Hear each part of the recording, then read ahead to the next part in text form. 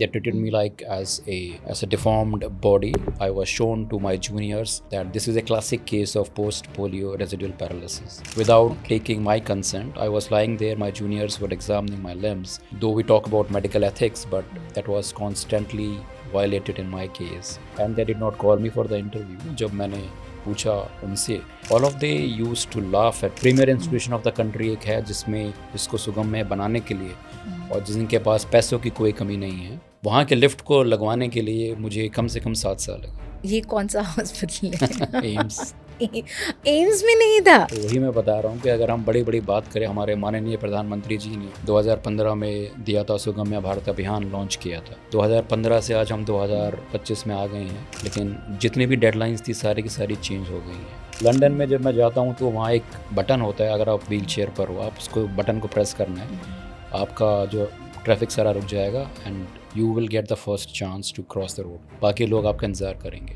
तो ये होता है जहाँ आप रिस्पेक्ट करते हो ह्यूमन लाइफ को, you respect the life and dignity of individuals, specifically जो हाशिए पर हैं, जो मार्जिनलाइज कम्युनिटीज हैं। When a patient comes to a doctor with disability, like a doctor who's differently abled, तो पेशेंट को कॉन्फिडेंस आता है उस डॉक्टर में, या उनका क्या रिएक्शन होता है? जो गोल्ड मेडल लेकर आते हैं अपने आर्टिफिशियल प्रोस्थेटिक्स पे, they are very costly, lakhs में होते हैं वो, but there is no subsidy for them, but we expect that they win medal for our country, but the country will not do anything for you. India's new parliament, India का जो बड़ा smashing Bharat Mandapam है, very grand, but the problem is that आजकल जो हम अक्सर देख रहे हैं कि बहुत सारे लोग कंटेंट क्रिएटर बने हुए हैं और वो अपनी मर्जी से ही इंफॉर्मेशन को ट्विस्ट करके लोगों को बताते हैं, जो wrong information they are passing, miss information को स्प्रेड करते हैं, क्योंकि उनके पास just because of the few likes और whatever it is, they don't give the correct information, और उनकी अनफॉर्चुनेटली रीच ज़्यादा है।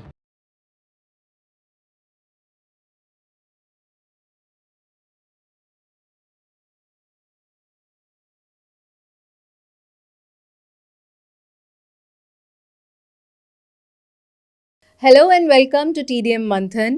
Today we have with us our guest Dr. Satyendra Singh, who teaches physiology at the University College of Medical Sciences and Guru Tegh Bahadur Hospital, New Delhi, and he's been a crusader for rights for the differently abled.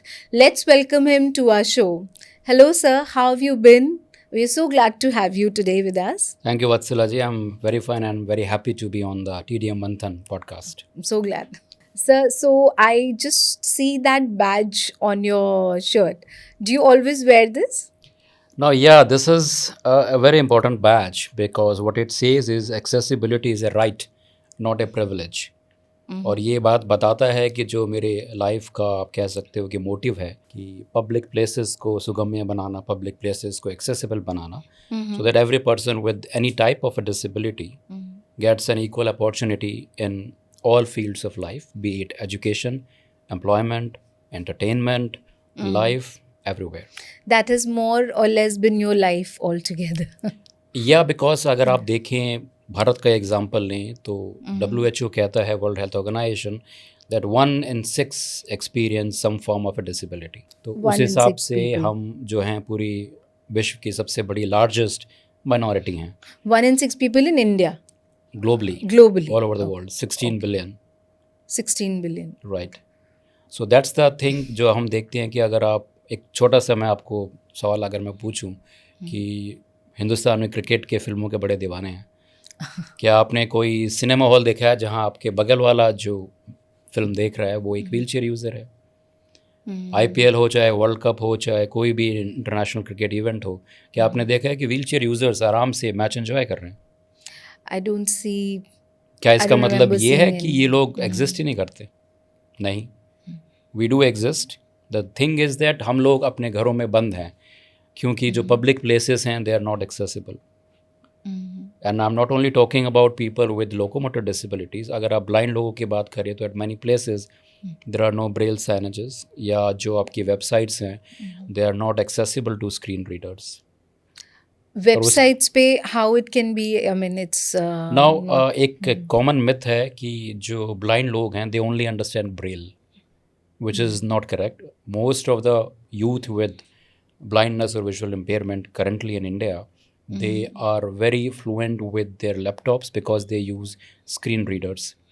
So if there are no screen readers for them to access the websites, they won't be able to book, say, a cab, common thing, or maybe book an appointment for a hospital. Oh, similarly अगर आप Covid के बाद देखें या Covid के time पर देखें, तो जितनी भी मिनिस्ट्री ऑफ हेल्थ की इंफॉर्मेशन आती थी या ICMR से इंफॉर्मेशन आती थी, कितनी इंफॉर्मेशन थी जो साइन लैंग्वेज इंटरप्रेटर के साथ थी. क्या हिंदुस्तान के डेफ लोगों को ये अधिकार नहीं है कि उस इंफॉर्मेशन को समझ पाएँ जो कि उनकी ज़िंदगी के लिए बड़ा इम्पोर्टेंट है. of course. So this is what I mean when I say accessibility, that all information must be in a format which is accessible for each and everyone. All public places needs to have ramp so that people can go there with their own dignity, with their own independence. Sir आपने इतना ज़्यादा काम कर लिया है इसमें. You been a disability rights activist throughout and most people do not I mean know you first as a doctor but as a person who fights for rights of the disabled. बहुत सारी court petitions हैं, बहुत सारे panels हैं जिसमें आप हमेशा होते हैं एंड बहुत सारा चेंज आई थिंक आया है. You will be able to tell us better कि हम अभी कहाँ हैं और कितना और आगे हमें जाना है to make India an inclusive society. और इंक्लूसिव यहाँ पे बहुत सारे इश्यूज हैं. इट्स नॉट कि सिर्फ ये एक दिस इज़ डिसेबल्ड पीपल का, this is just one sector of which जिसके लिए इंक्लूसिव होना ज़रूरी है. So please take us through your journey and where we stand today. Yeah, so many times I have been asked this question. लोगों ने कई बार सवाल पूछा है, तो मैं अक्सर उनको कहता हूँ that I am basically an accidental activist. कोई भी इंसान है जो एक्टिविस्ट पैदा नहीं होता है, वो एक्टिविस्ट बनता है. और क्यों बनता है तो बहुत ज़रूरी हम जाने उन कारणों को. Because I remember I was the most healthiest child in my family, but then I acquired polio at the age of 9 months. 9 months. Yeah. So this is by like this was at birth. Yeah, this was after 9 months of my age, and then my father was in army. वो मुझे हर जगह लेके जाते थे, मेरे father और mother.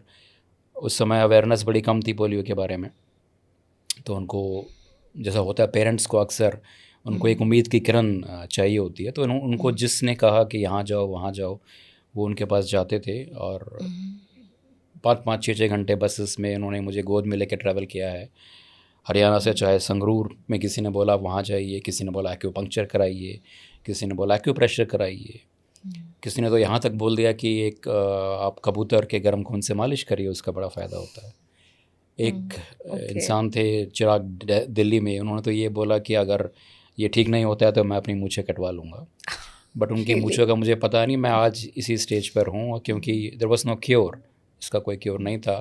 तो ये डिसेबिलिटी मेरा अभिन्न अंग है इस चीज़ का, क्योंकि जब से मैंने होश संभाला है मुझे नहीं पता कि चलने वाला एक्सपीरियंस कैसा होता है, लोग दौड़ते कैसे हैं, लोग भागते कैसे हैं. क्योंकि जब से मैंने होश संभाला, I was born with this, not born, I have the lived experience of this physical impairment. तो ये हमेशा से मेरा साथी रहा है. जो कैलिपर मैं पहन रहा हूँ या जो क्रचेस मैं घर पर यूज़ करता हूँ, वो मेरे ज़िंदगी का अभिन्न हिस्सा है. आप कह सकते हैं कि वो मेरे हाथ और पैर हैं. और अगर मैं डॉक्टर बन पाया हूँ तो because of these assistive devices जो मैं यूज़ कर रहा हूँ. तो मेरी जर्नी ऐसी ही थी. मैंने एक बड़े ही प्रोटेक्टेड एनवायरनमेंट में, पूरा सपोर्ट था फैमिली का, भाइयों का. अपना 12th किया, उसके बाद बड़े भाई डॉक्टर हैं तो उनको देखकर उनके कदमों पे मैं चला और मैंने MBBS किया. उसके बाद मैंने MD किया फिजियोलॉजी में, और फिर मैं 2008 में मैं दिल्ली में आ गया यूनिवर्सिटी कॉलेज. ये आपने हरियाणा से पढ़े हैं तब से? नहीं, जैसे मैंने आपको कहा कि मेरे फादर आर्मी में हैं, तो उनकी वजह से उनके हर जगह ट्रांसफ़र होते थे. तो बीइंग अ डिफेंस किड ये एक तरह से एडवांटेज है आपका, because you get to witness the cultural diversity of India. जगह जगह आपका एक्सपीरियंस होता है. और केंद्रीय विद्यालय सेंट्रल स्कूल से मैं पढ़ा हूँ, तो 10th से पहले मैंने दिल्ली से किया, 10th मैंने लखनऊ से किया, 12th इलाहाबाद से, MBBS कानपुर से, MD रोहतक से, और उसके बाद मैं दोबारा से वापस दिल्ली में 2008 में आ गया. तो सर मुझे ये पूछना था कि जब आपको 9 मंथ्स पे डिटेक्ट हुआ था एंड सब हर तरह से लोग आपको कुछ कुछ एडवाइस दे रहे होंगे पेरेंट्स को, तब सर ये पोलियो का जो पूरा वैक्सीनेशन है, ड्रॉप्स है, इस सब का ये कैंपेन कुछ स्टार्ट नहीं हुआ था तब? देयर वाज 1976, उस समय पोलियो ड्रॉप्स आ गई थी, लेकिन पोलियो के भी कई स्ट्रेन्स होते हैं, तो इसलिए बहुत ज़्यादा अवेयरनेस नहीं थी कि स्ट्रेन से हो रहा है कैसे नहीं हो रहा, तो वो एक अच्छा। रीज़न था जिसका अभाव था, जिसकी ओके। वजह से हुआ। तो लेकिन वो आपको एडमिनिस्टर किया गया था द वैक्सीन और द ड्रॉप व्हाटएवर? तब तक हमारे हरियाणा में ये वैक्सीन्स नहीं पहुंचे थे, क्योंकि हरियाणा में भी एक रेवाड़ी में एक गांव से मैं हूँ, जैतड़ावास विलेज से, तो अभी तक पोलियो क्या की ड्रॉप्स सर वहाँ क्या पे नाम बताया आपने गाँव का? जैतड़ावास, रेवाड़ी में, हरियाणा में। अच्छा, ओके। अभी आपका वहाँ पे रहते हैं कोई? हमारा घर है वहाँ पे, पैतृक जो घर है हमारा वो रेवाड़ी में ही है, अच्छा। और मैं यहाँ अभी दिल्ली में काम करता हूँ और वसुंधरा में रहता हूँ, गाजियाबाद। तो मतलब वहाँ पे पहुँची नहीं थी, दैट मीन्स कि अर्बन एरियाज तक ही लिमिटेड थी तब क्योंकि ये अवेयरनेस काफ़ी बाद में हुई। आई रिमेंबर ये जो अवेयरनेस आई थी, जैसे मैंने आपको कहा 95-96 में मैंने MBBS ज्वाइन किया, उस समय जो पल्स पोलियो कैंपेन था वो स्टार्ट हुआ था। डॉक्टर हर्षवर्धन ने वो स्टार्ट किया था, वो एक्सीडेंटली, वो भी उसी Right. मेडिकल कॉलेज से हैं जहाँ पे मैं MBBS कर रहा था। तो मुझे उस समय बड़ा इंटरेस्ट था, बड़ा जोश आता था कि क्योंकि मुझे पोलियो हुआ है कि मैं पल्स पोलियो कैंपेन में पार्टिसिपेट करूँगा ताकि किसी और को ना हो पाए। तो वो दिन था, और आज का दिन है। अभी भी 2 लेकिन कंट्रीज ऐसी हैं जहाँ पर अभी तक पोलियो पूरा रेडिकेट नहीं हुआ, but that is a different issue, because हम अक्सर बोलते हैं कि पोलियो एक तरह से अब ख़त्म हो चुका है। लेकिन जो मेरा दूसरा सवाल है कि अभी भी हिंदुस्तान में बहुत सारे लोग हैं जिनको हम बोलते हैं पोस्ट पोलियो सिंड्रोम से जो ग्रसित हैं या पोस्ट पोलियो सर्वाइवर्स हैं, they are not dead yet, they are still they are still alive and they are still facing lot of barriers. तो हमें उन बैरियर्स को भी जानना है कि उनको कैसे हम मिनिमाइज़ कर सकते हैं। सर अभी भी बोलते हैं कि पोलियो का जो वैक्सीन है कि दैट्स आल्सो नॉट 100% इफेक्टिव, कि उससे नो, एकदम एक्चुअली इट्स प्रिवेंट हो इफेक्टिव। द जाएगा। Only thing is that it depends upon herd immunity. जो आपके आसपास के लोग हैं, अगर वो इम्यूनिटी उनकी स्ट्रांग नहीं होगी तो ये दोबारा से ये आ सकता है। इसलिए बहुत ज़रूरी है कि ये बार बार जो इनके कैंपेन्स होते हैं हम उसमें पूरी तरह पार्टिसिपेट करें, और जो हमारे नेबरिंग कंट्रीज़ हैं जहाँ से ये कई बार आता है, तो इसलिए बहुत ज़रूरी है। कौन से कंट्रीज हैं पाकिस्तान और वो? नाइजीरिया जैसी 2 अभी कंट्रीज़ हैं जहाँ पर अभी तक पोलियो इरेडिकेट नहीं हो पाया Okay, तो ग्लोबली। वहाँ पे अभी भी बहुत ज़्यादा वहाँ लोगों पर को ये होता है। स्ट्रेन्स हैं and there is a danger that until unless we make them polio free, it can come again. And they don't have the campaign or the kind of They do. There are a lot awareness. of myths also, क्योंकि one of them is a Muslim country, तो कई बार कई सारी भ्रांतियाँ भी फैलाई जाते हैं कि probably this is something for conversion or stuff like that. अभी भी इस तरह तो के लोग बातें मानते बिल्कुल, हैं। इग्नोरेंस तो बड़ी कॉमन है आज भी, Okay. और काफ़ी यूज़ की जाती है अगेंस्ट दिस कैंपेन्स। हाँ, तो आप जैसे 12th तक यू वेंट टू केवी, तो वहाँ पे फिर आप स्टार्टिंग में how did you access the school premises?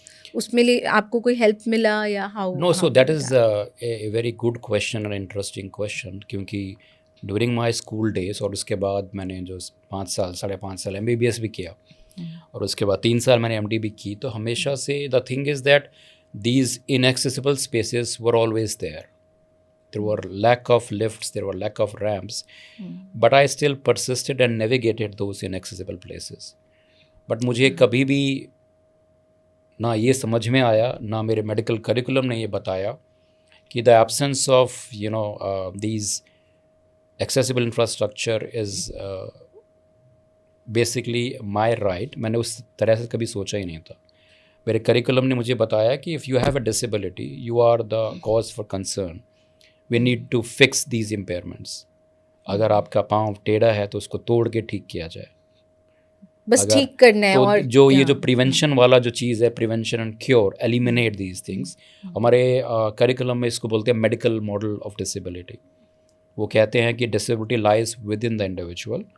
तो इस चीज़ का मुझे कभी एहसास नहीं हुआ। ये मेरी जो पूरी थिंकिंग थी ये बदली जब मैंने जाना और समझा that there is a social model of disability or human rights model of disability. that is when you grew up. ये मॉडल आपको बताता है कि the deficit does not lie inside me. अगर if there are no lifts or ramps, then my physical impairment becomes my disability. If you're not providing somebody with a braille signages or screen reading softwares, they become quote unquote blind. Similarly, lack of sign language interpreters hinders your, participation in daily activities. So this was actually that's what I call as internalized ableism. जब मैं medical college में था तो मुझे याद है जब मैं अपने डिसेबिलिटी सर्टिफिकेट के लिए गया अपने ही डॉक्टरों के पास, तो they treated me like as a deformed body. I was shown to my juniors that this is a classic case of post polio residual paralysis. Without taking my consent, I was lying there. My juniors were examining my limbs. Though we talk about medical ethics, but that was constantly violated in my case. And I did not even mind that at that time because I grew up with the mentality that I am part of the problem. If I am reaching late to my lecture theatre, it is because I have to walk slowly, and there were no lifts in my medical college. So all of these things changed when I came to Delhi and I faced discrimination for the very first time. And Where was that? That happened that after I joined UCMS, I applied for a similar post of faculty at Ministry of Health and Family Welfare, UPSC की post में. And they did not call me for the interview. जब मैंने पूछा उनसे, तो all of they used to laugh at me. I still remember that day. They would laugh. I went to the Nirman Bhavan. I met the undersecretary over there, and he said that doctor साहब आपको किसने doctor बना दिया? He said आप लोगों के लिए ये हॉस्पिटल और मेडिकल कॉलेजेस नहीं होते हैं. ये जो पोस्ट है फैकल्टी की, these are not meant to be suitable for persons with disabilities. That's what he said, and I have framed that in my room. And then I realized that, yes, because that was a direct attack on my competence. Nobody has ever questioned that when I did my MBBS or my MD or when I joined UCMS. I said, sir, I am already appointed as a permanent faculty on the same post in a medical college under central government. But they did not mind. They did not budge. And then I filed series of rights to information. And I got to know that it was not only in my department. In fact, these posts were blocked for all of the other departments, for all the doctors with disability. This is just physical disability or even... It was all type of all disabilities. types of disabilities. That the moment you say that you are a person with disabilities, no matter what it is, they will screen you out. And after 4 years of struggle, finally in 2013, at around 1,674 posts were unblocked for doctors with disabilities. This was and the that first was happening at the level of the Ministry of Health. This is the Ministry of Health, right? जिनका mandate है accessible, inclusive, equal right देना to health, to being and these all are, I'm not talking about the entrance level, these all were doctors who have done MD or MS in their own field, in their own specialization, who are already specialists, and what they want was that, that equal employment. And their roads were blocked by this Central Health Services post by Ministry of Health. So that's how I became an accidental activist, because I already had the cushion of a permanent government job with me. But I said that, if I will not challenge this, who will challenge this? Because other people who will apply for these posts, they don't maybe have the means to file this as a court case, because then you will be screened out during the interview process, because there was an interview process. And even if you reach there, per interview mein right, so they will say that this is the person who has filed the case, so not found suitable. That category which very often used against people with the reserved categories. So there was a reason where I decided that now I have to say stop and I have to fight this discrimination. And there was the genesis of what I said earlier, accidental activist. But you became quite an activist, who I think the world knows by now. आपको sir 2 awards मिले हैं. One is the National Award for making elections accessible for people with disabilities in India, and another one is an international award, which is a US based award, right? It's given by their government. So my first major disability award was in 2017. 2017. When out of a blue, I got this email from them that you have been selected for Henry Viscardi Achievement Award. The international award. Yeah, right. It is given by Viscardi Center in the United States of America. And Henry Viscardi was somebody who was born without hands and legs. both And hands and both legs. yes, and he had worked with Eleanor Roosevelt, the wife of the president of the United States of America, Frank Roosevelt, and the lady who was behind the Universal Declaration of Human Rights. And Henry Viscardi told her that, give us the tools. We are people with disabilities, but we are competent enough. We just want equal opportunity. And they got to know that, I have done the similar work in India also on opening doors of employment for doctors with disabilities. So they gave me this award, which is usually given to global leaders with disabilities in the field of disability inclusion. And you're the first Indian to receive that I award. was the first Indian to पहले receive that. भारतीय हैं, let me put it in Hindi also. आप पहले भारतीय हैं जिनको ये Henry विस्कार्डी award मिला है, जो अपने आप में एक बहुत बड़ा अवार्ड है, यूएस गवर्नमेंट की तरफ से. US government नहीं, but there is a US. center, Viscardi Center in the America, who gave this, yeah. Okay, so and it's an important one for a person who's been fighting for the rights of the disabled. तो उसके बाद से sir ये जैसे court में petitions हैं या बहुत सारी लड़ाई अभी क्योंकि बाकी है इसमें, तो where do you think that award and when you are recognised for doing something very important in this field, for bringing people उनको उनके हक दिलाने में, तो अभी how has it helped you वहाँ से अभी तक उस लड़ाई को आगे लेके जाने में? वेल वो पहला मेजर रिकॉग्निशन था, बट उसके बाद जैसे अक्सर हिंदुस्तान में होता है कि अगर आपको कोई इंटरनेशनल अवार्ड मिलता है, राइट, तो उसके बाद आपको झड़ी लग जाती है अवार्डों की इंडिया में. अच्छा, तो वो that's the starting, that's the ripple effect. But the good thing is that it creates a lot of awareness, and as I said that I struggle with accessibility during my MBBS years. तो सबसे पहली जो चीज़ मैंने की थी, मैंने petition डाली court of chief commissioners for persons with disabilities में कि हिंदुस्तान के जितने भी अस्पताल हैं, मेडिकल कॉलेजेस हैं, वो सारे सुगम्य होने चाहिए, वो एक्सेसिबल होने चाहिए. क्योंकि एम्प्लॉयमेंट आपको तब मिलेगा जब पहली चीज़ है, अगर आप हायर एजुकेशन की बात करें, MBBS MD की, अगर आपके हॉस्पिटल एक ऐसी जगह है जो सबके लिए सुगम्य होने चाहिए, not only for persons with disabilities. अगर at least hospital should be accessible. अगर आप हॉस्पिटल्स में देखिए तो वहाँ प्रेग्नेंट लोग जाते हैं, वहाँ हमारे वृद्धजन जाते हैं, हमारे वहाँ लोग जाते हैं जिनका एक्सीडेंट होती है, इंजरीज होती हैं. लेकिन कितनी शर्मनाक बात है कि majority of our hospitals still in 2025 they are still not accessible. They are not. Premier institution of the country एक है जिसको सुगम्य बनाने के लिए और जिनके पास पैसों की कोई कमी नहीं है, वहाँ के लिफ्ट को लगवाने के लिए मुझे कम से कम 7 साल लगे. ये कौन सा हॉस्पिटल है? एम्स. एम्स में नहीं था, ऐसे कैसे हो सकता है? तो ऐसे ही हो सकता है. तो वही मैं बता रहा हूँ कि अगर हम बड़ी बड़ी बात करें, हमारे माननीय प्रधानमंत्री जी ने 2015 में दिया था, सुगम्य भारत अभियान लॉन्च किया था. 2015 से आज हम 2025 में आ गए हैं, लेकिन जितनी भी डेडलाइंस थी सारी की सारी चेंज हो गई हैं और सरकार ने भी मान लिया है कि it is not that easy to make India accessible. Is it so difficult to make India accessible? ये बहुत बड़ा सवाल है, क्योंकि when we compare it with developed countries और may be other developing countries जो हमसे थोड़े से बेहतर हैं,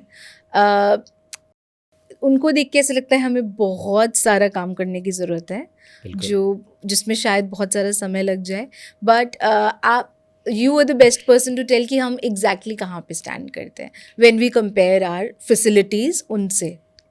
बहुत डिफरेंस है. दैट इज़ द रीज़न कि हम बोलते हैं कि डेवलप्ड नेशंस और डेवलपिंग नेशंस.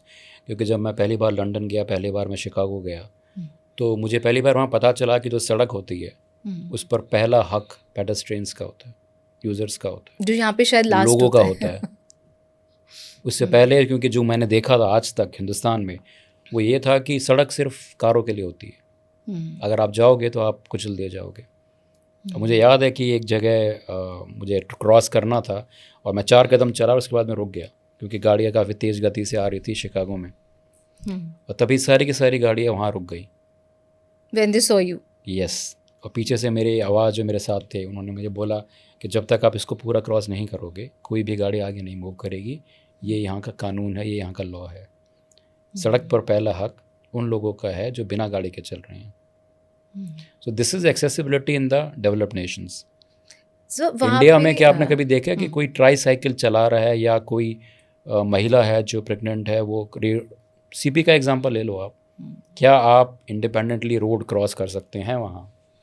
शायद नहीं। वहाँ पे शायद नॉर्मल लोग भी नहीं कर पाते, like people who are able bodied जो बस रोड क्रॉस करना चाह रहे हैं, उनके लिए भी थोड़ा मुश्किल होता है, मुझे ऐसा लगता है। तो बिल्कुल, लंदन में जब मैं जाता हूँ तो वहाँ एक बटन होता है, अगर आप व्हील चेयर पर हो, आप उसको बटन को प्रेस करना है, आपका जो ट्रैफिक सारा रुक जाएगा and you will get the first chance to cross the road. बाकी लोग आपका इंतज़ार करेंगे। तो ये होता है जहाँ आप रिस्पेक्ट करते हो ह्यूमन लाइफ को, you respect the life and dignity of individuals, specifically जो हाशिए पर हैं, जो मार्जिनलाइज कम्युनिटीज़ हैं। वहाँ लोग पूरे इंडिपेंडेंटली अपनी मोटराइज व्हील चेयर्स यूज़ करते हैं हर जगह। वो फिल्में देख सकते हैं, वो मैच देख सकते हैं, वो हर जगह जाते हैं, they can access all those places everywhere, and that is the meaning cinema of halls, Sugamya accessibility. तो वो सुगम्य भारत कब आएगा, सवाल यही है। मोदी जी के 2047 वाले विजन में है क्या सर सुगम्य भारत? तो वही बात है, विकसित भारत की अगर हम बात करें तो जैसे महात्मा गांधी जी ने शायद कहा भी है कि एक नेशन को जाना जाता है जब आप उसके सबसे मार्जिनलाइज लोग तबके का सम्मान करें। तो ऐसे ही हमने अगर आप एजेंडा फॉर हेल्थ देखें, सस्टेनेबल डेवलपमेंट गोल, वो भी ये बोलता है लीव नो वन बिहाइंड। तो आप तब तक विकसित देश नहीं बन पाएंगे जब तक आप उन सब लोगों को जो मार्जिनलाइज्ड हैं, वल्नरेबल कम्युनिटीज़ हैं, को बराबर मौका देंगे, इक्वल अपॉर्चुनिटी देंगे। ये हम आपने जो बताया ना डेवलप्ड कंट्रीज़ में, तो वहाँ पे ये सिर्फ कानून या इंफ्रास्ट्रक्चर की बात है या फिर एटीट्यूड की बात भी है? दोनों चीज़ें हैं। पहली चीज़ तो वहाँ के और कौन सा कानून ज़्यादा इम्पोर्टेंट है? उनके कानून बड़े सख्त हैं, सबसे पहली बात है। और दूसरी चीज़ है वहाँ एक एटीट्यूड, बड़ा हेल्पिंग एटीट्यूड लोगों का होता है कि अगर आप देख रहे हैं कि कोई सामान लेकर भी जा रहा है तो लोग खुद ऑफ़र करते हैं help. On the contrary Hindustan में अगर आप देखिए, मैं आपको एक कॉमन एग्जांपल मेट्रो का देता हूँ। मेट्रो ही एक है जो दिल्ली मेट्रो, जो एक तरह से हम कह सकते हैं लार्जली एक्सेसिबल है, जिसमें हम यूज़ कर सकते हैं। एटलीस्ट इट हैज़ लेकिन उस लिफ्ट पे जाने के लिए अगर आप देखें तो 10 लोग आपको धक्का देते हैं। वो रेगुलर लोगों को इतनी जल्दी होती है वहाँ पर, उस पर बड़ा बड़ा साफ शब्दों में लिखा हुआ है only for sick people and people with disabilities. लेकिन लोग क्यों यूज़ करते हैं? लोग इसलिए यूज़ करते हैं क्योंकि वो बड़ा कन्वीनियंट है lift, because lift is an example of universal design. Universal design हम उस चीज़ को बोलते हैं जो हर चीज़, हर इंसान को बराबर का अधिकार दे उसको यूज़ करने के लिए। अगर आप एक लिफ्ट लगा रहे हैं तो उसमें एक प्रेग्नेंट इंसान भी जा सकता है, उसमें एक एल्डरली सिटीजन भी जा सकता है, उसमें एक बेबी जो स्ट्रॉलर पर है वो भी जा सकता है। Escalator is not means of एग्रेस for people with disability. लेकिन अगर आप बात करें हम ऋषिकेश की या हरिद्वार की, जहाँ हमारे 90% जो सीनियर सिटीजन्स हैं वो अक्सर जाना चाहते हैं because of their religious belief, वहाँ के अगर आप रेलवे स्टेशन पर देखें तो आपको एक बड़ा फैंसी सा एस्केलेटर मिलेगा, वहाँ एलिवेटर नहीं मिलेगा आपको। एलिवेटर नहीं हो, लिफ्ट नहीं है, आपको एस्केलेटर पे, जैसे मैं एस्केलेटर पर नहीं चल सकता क्योंकि बैलेंस की प्रॉब्लम होती है। बहुत सारे लोग जो ग्रामीण क्षेत्र से आते हैं उनको भी बड़ी दिक्कत होती है एस्केलेटर पर चढ़ने में, क्योंकि वो चलता मूव करता रहता है। ऑन द कॉन्ट्रेरी अगर आप लिफ्ट प्रोवाइड करोगे तो एवरीबडी कैन यूज़ दैट। लेकिन हम शायद विकसित भारत की दौड़ में इतने आगे बढ़ रहे हैं कि जो पॉलिसी मेकर्स हैं उनको किसी ने ये आइडिया नहीं दिया अभी तक कि सबसे पहले आपको एस्केलेटर्स चाहिए, लिफ्ट चाहिए, एलिवेटर्स चाहिए रादर देन एस्केलेटर्स। तो सरकार पैसा लगा रही है, लेकिन सरकार पैसा गलत जगह लगा रही है। वो क्यों लगा रही है? क्योंकि जो पॉलिसी मेकर्स होते हैं, पॉलिसी मेकर्स में हम कभी भी नहीं देखते कि if you are making policy for a certain community you need to involve that community. You have to have representatives वहाँ, उनको रिप्रेजेंट करें। राइट, इसको हम बोलते हैं nothing about us without us. इसलिए वो अंधाधुंध पैसे खर्च किए जा रहे हैं, लेकिन उनको ये फीडबैक नहीं मिला। नई दिल्ली रेलवे स्टेशन में भी अभी तक कई सारे एरियाज हैं जहाँ पर आपको कंप्लीट लिफ्ट एक्सेस नहीं मिलेगी। even at other railway stations, no, except for the airport, I think जो भी और ट्रांसपोर्ट ये मोड्स है, रेलवे स्टेशंस, बस स्टैंड्स, एयरपोर्ट्स पे भी अगर आपको देखेंगे तो कई बार वो बोलते हैं ना जो दिखता है वो बिकता है। तो आपको दिखेगा कि लाइन से व्हील चेयर लगी हुई है तो आपको लगता है कि सब कुछ सुगम है। लेकिन अगर आप एक स्पेसिफिक एयरलाइन को छोड़ दें तो उसके अलावा किसी भी एयरलाइन में रैम्प्ड एक्सेस नहीं होता है, सब में स्टेप लैडर है। तो वो व्हील चेयर उन सीढ़ियों पे कैसे चढ़ेगी? सिर्फ कुछ बड़े बड़े मेट्रोस में जो एयरपोर्ट्स हैं वहाँ पर आपको एम्बुलिफ्ट मिलती है या एरो ब्रिज एक्सेस मिलता है, लेकिन बहुत जगह लार्जली जो मेजॉरिटी ऑफ एयरपोर्ट्स हैं इंडिया में वहाँ हर जगह एरो ब्रिज एक्सेस नहीं है या हर जगह एम्बुलिफ्ट भी नहीं है। So only तो big cities like Delhi and maybe others, या Mumbai. तो क्या वो लोग एयर ट्रैवल नहीं करते? वो लोग एयर ट्रैवल करते हैं, लेकिन कैसे करते हैं? एयरपोर्ट एम्प्लॉयज़ आपको आते हैं, 4 लोग आते हैं और जैसे आप किसी सामान को उठाते हैं, आपको उठा के लेके जाते हैं सीढ़ियों पे, which is exceedingly dangerous not only for the user but also for those people. और वो बड़े प्राउडली कहते हैं, क्योंकि मेरे साथ ही रिसेंट एग्जाम्पल हुआ था हिंडन एयरपोर्ट पे। They said sir we will provide you 4 people who will lift you along with your wheelchair. So this is the question I am raising is about dignity. अगर कोई व्हील चेयर पर भी बैठा हुआ है तो उसकी एक डिग्निटी है, वो कोई सामान नहीं है जिसको आप उठा के फेंके आपके सामान की तरह। ये उनका राइट है कि वो इंडिपेंडेंटली जाएं, या तो रैम्ड एयरवे एक्सेस से या एरो ब्रिजेस से या एम्बुलिफ्ट से। So it's again about attitude and awareness.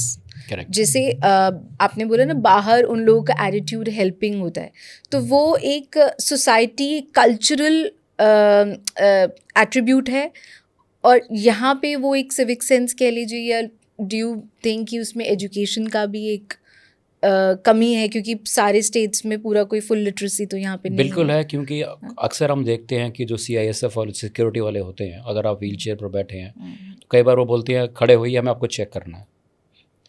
अब एक कॉमन सेंस है कि अगर कोई व्हील चेयर पर है तो वो इसलिए व्हील चेयर पर है क्योंकि वो चल नहीं सकता, एक्सेप्ट इन सर्टेन कंडीशन जहाँ पर वो खड़ा हो सकता है बिकॉज ऑफ अदर इंजरीज और इनविजिबल डिसेबिलिटी। लेकिन जिसको स्पाइनल कॉर्ड इंजरी है, तो क्या उनसे ऐसे सवाल पूछना कि आप हमें चल कर दिखाइए क्योंकि हमें आपको स्क्रीन करना है, are this questions not against their dignity? They are. ऐसे में आपने हैव यू फेस्ड एनी या many times they asked me, उन्होंने मुझसे पूछा था कि आप अपना कैलिपर उतारिए पूरा का पूरा, हम इसको एक्सरे में स्क्रीन करेंगे। तो ये अक्सर एयरपोर्ट्स पे होता है, बहुत सारे इंसिडेंसेस हैं जिसमें हमने देखा है कि कई सारे लोगों को उनको in fact for women also, the very famous Bollywood star of नाचे मयूरी, उनको भी कई बार बोला था कि आप अपना आर्टिफिशियल लेग उतारिए, हम इसको स्क्रीन करेंगे एक्सरेज में। The question is that now हमारे पास ETD होता है जिसको बोलते हैं एक्सप्लोसिव ट्रेस डिवाइस। एक ये छोटी सी चिट होती है जिसको आप लगाते हैं आपके ऊपर से लिम्ब पर, और आपको पता चल जाएगा कि उसमें एक्सप्लोजिव्स हैं या नहीं है। A very simple and effective way to check whether or not your assistive device is using any explosive. लेकिन जो है ना, हम अक्सर कहते हैं कि फिल्मों का बड़ा प्रभाव पड़ता है हमारे लोगों पर, स्क्रीनर्स पर भी ये पड़ता है। कई सारी फिल्में हैं जिसमें दिखाया गया है कि कुछ लोग बैसाखी यूज़ कर रहे हैं और उसी को गोलियों की तरह चला रहे हैं, बहुत हॉलीवुड एंड बॉलीवुड फिल्म्स। और फिर लोगों को लगता है कि व्हील चेयर के अंदर वो बॉम्ब लेके जाते हैं, लिक्विड एक्सप्लोजिव्स। तो इस पर भी हमने काफ़ी जद्दोजहद की थी, और finally after we had some meetings with CISF and DGCA and BCAS, उसके बाद उन्होंने बोल दिया कि जो आपका है एक्सरे स्क्रीनिंग वो सबसे लास्ट रिजॉर्ट होगा। सबसे पहले वो आपको चेक करेंगे पैट करके, उसके बाद आपका डोर फ्रेम मेटालिक डिटेक्टर होता है उसमें चेक करेंगे, उसके बाद they can do your physical patting, और उसके बाद ETD यूज़ करेंगे, और removal of limb prosthesis should be the last result. ये सिक्योरिटी के इश्यूज की वजह से हो सकता है, बट इसमें भी there can be other ways of doing this. There are many जो ways. बाकी कंट्रीज कैसे करते हैं? अगर आप लंदन के हीथ्रो एयरपोर्ट में जाएं तो जो वहाँ जो आपका स्कैनर होता है वो एक रिवॉल्विंग कंपार्टमेंट होता है। आपको कोई नहीं बोलता कि आप व्हील चेयर से उतरो, आपकी व्हील चेयर अंदर जाती है, वो आपको पूरा स्कैन करता है, उसको हम बोलते हैं बॉडी स्कैनर्स, और उसके बाद आप वहाँ से आगे चले जाते हैं। तो सिंपल टूल्स हैं अवेलेबल हैं। We have suggested the government also to involve body scanners, लेकिन they are not willing to use them. तो वो हमारे पास नहीं है।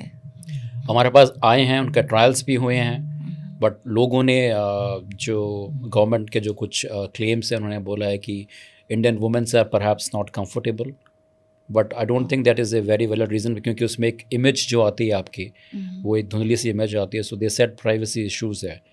But my question is that is also common for many people who are using implants. अगर medical implants आप use कर रहे हो, आपके चाहे पैर में हो, चाहे कई बार हम आर्टिफिशियल बोन्स वगैरह लगाते हैं, तो उसमें भी it is perfectly fine, and there are many ways जिससे हम यूज़ कर सकते हैं कि आपकी डिग्निटी इंटैक्ट रहे। लेकिन बात वही है कि जो पॉलिसी मेकर्स हैं they don't involve right people. So, in your eyes, and how would you want the world to look at people with different, with disabilities? मतलब आपकी नज़र में वो कौन सा सही रिएक्शन है, कौन सा परफेक्ट एटीट्यूड है जो होना चाहिए when the world looks at a fellow person who has a disability? What is the right thing? मतलब उसमें पिटी जैसे लोग होते हैं ना, दया की भावना की, कभी कभी तो ज़रूरत से ज़्यादा ही मदद करने लगते हैं, कभी बिल्कुल ही they have no concern and they just want to trample over them कि बस चले जाए. तो what is the right attitude that one should have towards तो इसका them? मेरा बड़ा सिंपल सा जवाब है कि when you see a person with disability presume competence. जब अगर आप किसी इंसान को देखते हैं जिसको कोई भी डिसेबिलिटी है तो आपको मानना चाहिए कि वो काबिल है. आपको उनको सही मौके देने हैं. उनके काम करने का तरीका अलग हो सकता है दे नीड फ्लेक्सिबल टाइमिंग्स, हो सकता है उनको कुछ असिस्टिव डिवाइस की ज़रूरत हो, but they are very well competent. इसी को अगर आप देखें, जो सुप्रीम कोर्ट के 2 जजमेंट पिछले साल आए थे उसमें माननीय उच्च सर्वोत्तम न्यायालय ने मुझे उसमें एज एक्सपर्ट बुलाया था. You were on. और बेस्ड ऑन माय रिपोर्ट, जो मेरी असेसमेंट रिपोर्ट थी, ए लैंडमार्क डिसीजन वाज केम, जिसमें सुप्रीम कोर्ट ने बोला कि जो नेशनल मेडिकल कमीशंस की गाइडलाइंस हैं फॉर स्टूडेंट्स विद डिसेबिलिटीज़ जो MBBS करना चाहते हैं, सो दे आर वेरी एबलिस्ट. एबलिज्म शब्द का अर्थ होता है कि अगर आप किसी को माइंड और बॉडी के हिसाब से कम आंको, इन्फीरियर समझो. जैसे जो इन दोनों केसेस में, जो पहला जो केस था जो former chief justice of India DY Chandrachud के पास आया था, उसमें जो एक स्टूडेंट था वो उसको 88% डिसेबिलिटी थी. 88% डिसेबिलिटी. और उसको 2 जो मेडिकल बोर्ड थे, एम्स नागपुर और एम्स दिल्ली, उन्होंने बार बार सिर्फ यही लिखा कि इसकी डिसेबिलिटी 88% है, 88% है. सर्वोच्च न्यायालय का सीधा सा सवाल था कि क्या ये MBBS कर सकता है या नहीं. इस सवाल का उनके पास कोई जवाब नहीं था. वो बार बार सिर्फ परसेंटेज निकाल रहे थे. जब मेरे पास, मैंने उसको एग्ज़ामिन किया तो मैंने उसकी परसेंटेज नहीं निकाली. मैंने उसको कुछ टास्क दिए और मैंने बताया कि ये कैसे first year, second year, final year MBBS में कम्प्लीटली अपने आप with clinical accommodations completely independently MBBS कर सकता है. ये फिजिकली एग्जामिन किया आपने? यस. तो इसको कोर्ट ने बोला फंक्शनल कॉम्पिटेंसी मॉडल. और एक जो दूसरा केस था उसमें भी ये था कि एक जो कैंडिडेट था उसके हाथों की 2 उंगलियां नहीं थी, दोनों हाथों में और 2 वो मेडिकल डॉक्टर बनना चाहता था. तो उसका भी रीअसेसमेंट हुआ. तो जो टॉप मोस्ट इंस्टीट्यूट है उनके 5 डॉक्टर ने बोला कि ये MBBS नहीं कर सकता क्योंकि इसमें आपके ऑल 5-10 फिंगर्स इंटैक्ट होने चाहिए. ना मेरा सवाल दूसरा था, क्योंकि मेरा सवाल था कि क्या ये कैंडिडेट ग्लव्स पहन सकता है या नहीं, क्या ये इंजेक्शन लगा सकता है या नहीं, क्या ये सूचर लगा सकता है या नहीं. मैंने ये सारी चीज़ें उससे करवा के देखी, उसने की. तो मैंने उस समय एक डिसेंट नोट लिखा कि I do not agree with the recommendation of the 5 doctors because my observation is different. मैंने जो इसको बोला करने को उसने किया. तो ये जो आपने सबके लिए एक रूल बना दिया है कि सारे की सारी 10 उंगलियां होनी चाहिए, दिस इज़ एन एबलिस्ट नॉर्म. और सुप्रीम कोर्ट ने उसको माना और उस बच्चे को एडमिशन भी दिया. और they have asked national medical commission कि आप अपनी गाइडलाइंस को रिवाइज करिए. The reek of ableism. ये when I was doing research I read कि नेशनल मेडिकल कमीशन की जो ड्राफ्ट गाइडलाइंस आई थी, जो अभी अभी they have not been finalized yet, उसमें जी interim guidelines undergraduate students के लिए जो आई हैं और PG के लिए तो अभी शायद आई ही नहीं है. करेक्ट. तो आई थिंक मैं पढ़ रही थी कि PG के लिए जो आने, वो अभी आने बहुत ज़रूरी है क्योंकि उनका काउंसलिंग होता है अगस्त से सितंबर में. और अगर वो भी नहीं हुआ तो फिर वही डिले होगा एंड देन उनका एडमिशन का प्रोसेस पूरा डिले हो जाएगा. तो उन गाइडलाइंस में कुछ लोगों ने, मतलब आपने और कुछ एक्टिविस्ट ने ये रेज़ किया था कि ये बहुत ही अटपटी गाइडलाइंस हैं. उसमें अटपटी गाइडलाइंस हैं क्योंकि जो नेशनल मेडिकल कमीशन को काम दिया गया था कि इन गाइडलाइंस को रिवाइज़ करो. उनको ओम राठौड़ और अनमोल जो वाले जजमेंट दिए गए थे, जिसमें दोनों में मैंने एज एन एक्सपर्ट अपनी राय दी थी. और उनको साफ साफ कहा था कि उनको क्या करना है, इनको इंक्लूसिव गाइडलाइंस बनाना है। Right. लेकिन जो इन्होंने नया काम किया है, जो एनएमसी की इंटरिम गाइडलाइंस 2025 के बैच पर आई हैं, उसके सवाल ऐसे हैं कि उन्होंने बोला है कि जो कैंडिडेट्स हैं उनको एक सेल्फ डिक्लेरेशन एफिडेविट देना है, कुछ सवालों का जवाब देना है एफिडेविट पर। लेकिन वो सवाल क्या है, अगर आप गलत सवाल पूछोगे तो आपको गलत जवाब मिलेगा। क्या सवाल है कि क्या मैं अपने पैर पर खड़ा हो सकता हूँ जिसमें आपको डिसेबिलिटी है, क्या मैं सीढ़ियाँ बिना किसी हेल्प के चढ़ सकता हूँ। Now the question is that, क्या आप ये पूछना चाह रहे हैं कि वो एमबीबीएस कैसे करेगा या वो सीढ़ियाँ ऊपर नीचे चढ़ेगा। वो इंसान लिफ्ट यूज़ कर सकता है, वो इंसान एस्केलेटर यूज़ कर सकता है, वो जा सकता है। क्वेश्चन ये नहीं है। अगर आप गलत सवाल पूछोगे तो गलत जवाब मिलेंगे। और सुप्रीम कोर्ट ने ये भी कहा था कि आप उसमें डॉक्टर्स विद डिसेबिलिटीज़ को इन्वॉल्व करोगे। उस कमीशन में, उस पैनल में थे एनीबडी हुज? उस कमीशन में सिर्फ एक इंसान था जिनको डिसेबिलिटी थी, उनको लिया गया था और हमें आशा थी कि वो शायद अच्छी गाइडलाइंस बनाएंगे। लेकिन अब मुझे लग रहा है कि उन्होंने जो किया वो क्यों किया, क्योंकि वो खुद अगर इन क्वेश्चंस का जवाब दें तो वो जवाब नहीं दे पाएंगे, क्योंकि उनकी कंडीशन मेरी कंडीशन सेम है। अच्छा। लेकिन फिर भी उन्होंने डिसेंट नहीं दिया, उन्होंने माना इन चीज़ों को होना चाहिए। उसका रीज़न वही है जो मैंने आपको पहले बताया था, इंटरनलाइज्ड एबलिज्म, कि आपने कभी मेडिकल मॉडल ऑफ डिसेबिलिटी है कि he is a prominent person, a prominent doctor now, but he is not thinking in a wider sense कि how to make guidelines inclusive, and that's the irony of this. Is there also pressure कि एक तो ratio ये बहुत ही अजीब है कि अगर ऐसी गाइडलाइंस बनने वाली हैं तो उसमें ये रेशियो एटलीस्ट 5:1 तो नहीं हो सकता है ना? नहीं, हमारे पास एनएमसी को हमने 10 डॉक्टर्स विद डिसेबिलिटीज़ का नाम दिया था पैन इंडिया से, जो बड़े बड़े इंस्टीट्यूशंस में काम कर रहे हैं, बड़े बड़े एम्स में काम कर रहे हैं, जिनको अलग अलग टाइप की डिसेबिलिटी है। राइट। तो उनमें से वो किसी को भी ले सकते थे, लेकिन उनका शायद मोटिव ही नहीं था कि गाइडलाइंस को inclusive. How many members is this commission? There were 6 members.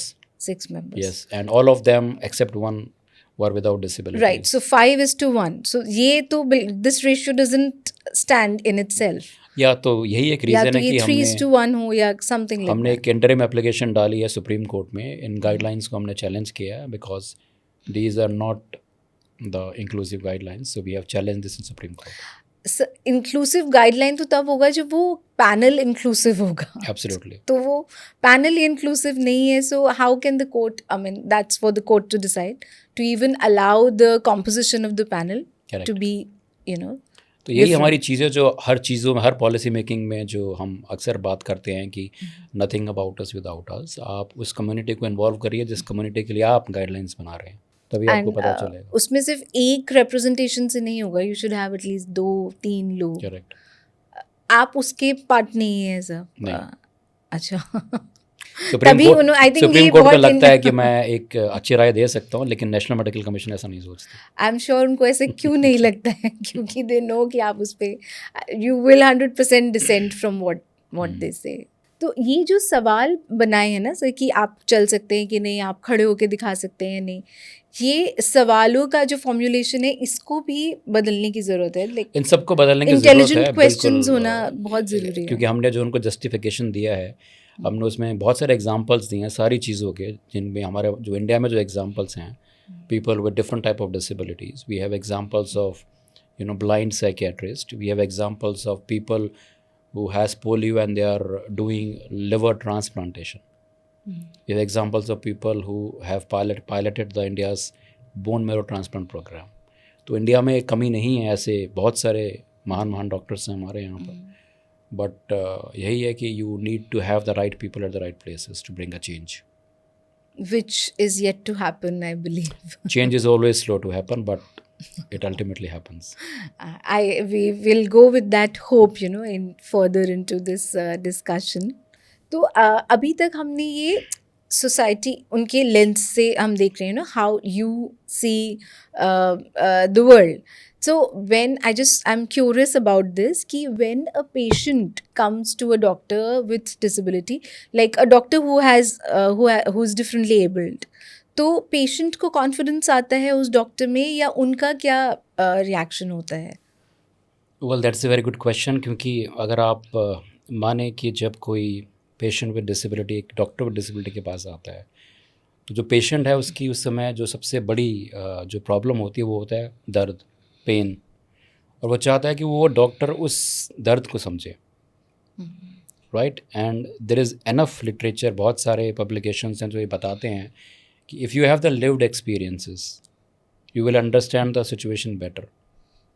जैसे अगर हम मेंटल हेल्थ की बात करें, डिप्रेशन की बात करें, या कोई और लाइफ थ्रेटनिंग इलनेस है, कैंसर है, अगर आप यू आर नॉट श्योर कि कीमोथेरेपी कैसे एक्ट करेगी, लेकिन आपके सामने का एग्जांपल है of a same doctor who has gone through that thing, right. Similarly if there is somebody who has met with an accident, और जिनका पैर काटना पड़ेगा और उनको ज़िंदगी भर एक आर्टिफिशियल लेग पर जीना पड़ेगा, उनको अगर एक डॉक्टर बताए कि I met with the same accident and I am not a medical doctor, so they will gain great confidence because they have lived through that experiences.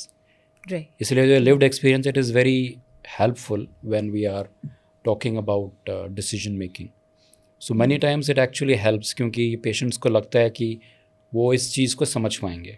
कई बार जो हमारी जो कंप्लेंट्स होती है डॉक्टर से, वो ये होती है कि डॉक्टर्स ने टाइम नहीं दिया पूरा, सिर्फ अगर हमारी सुनी लेता कंप्लेंट वगैरह तो। लेकिन अगर सामने वाला आपको पूरा उसको पता है कि क्या क्या चीज़ें आपके साथ हो सकती हैं, because he has gone through that stage, so he will become more empathetic.